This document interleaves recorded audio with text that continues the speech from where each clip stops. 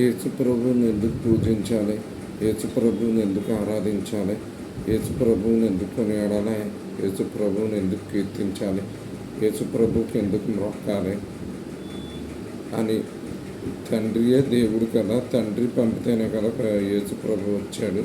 మరి ఆ మాత్రం దానికి ఆయన దేవుడు అలాగవుతాడు? ఆయన దేవుడు కాకపోతే ఆయన ఎందుకు పూజించాలి, ఆరాధించాలి అనేవారికి నేను జవాబు చెప్పాలనుకుంటున్నాను. అదేంటంటే బైబిల్లో నుండి ఫిలిప్పీ పత్రిక 2వ అధ్యాయము 5వ వచనం నుండి కనుక మనం చూసినట్లయితే, క్రీస్తు యేసులో కలిగిన ఈ మనస్సును మీరును కలిగి ఉండుడే అని, ఆయన దేవుని స్వరూపము కలిగిన వాడై ఉండి దేవునితో సమానంగా ఉండుట విడిచిపెట్టకూడని భాగ్యమని ఎంచుకొనలేదు, కానీ మనుషుల పోలికగా పుట్టి దాసుని స్వరూపమును ధరించుకొని అన్ను తానే రిక్తునిగా చేసుకొనెను.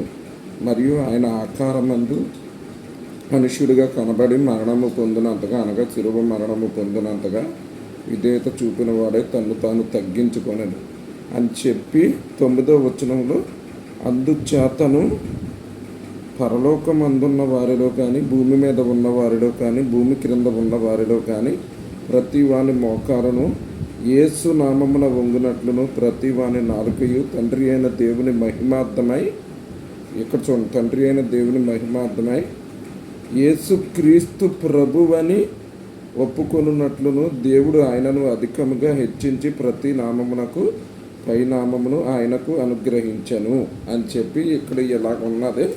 అలాగే ప్రకటన గ్రంథం 5వ అధ్యాయము 12వ వచనం నుండి చూస్తే, వారు వధింపబడిన గొర్రెపిల్ల, అంటే యేసుప్రభు, వధింపబడిన గొర్రెపిల్ల అంటేనే యేసుప్రభు, వధింపబడిన గొర్రెపిల్ల శక్తియు ఐశ్వర్యమును జ్ఞానమును బలమును ఘనతయు మహిమయు స్తోత్రమును పొంద నరుహుడని గొప్ప స్వరముతో చెప్పుచుండిరి.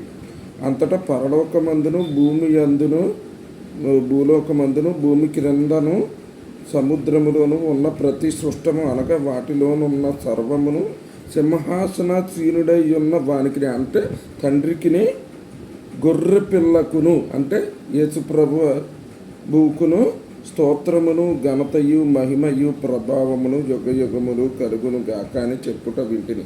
వీటిని బట్టి యేసుప్రభుని మనం ఆరాధించాలి, పూజించాలి, ఆయన దేవుడిగా కొలవాలి.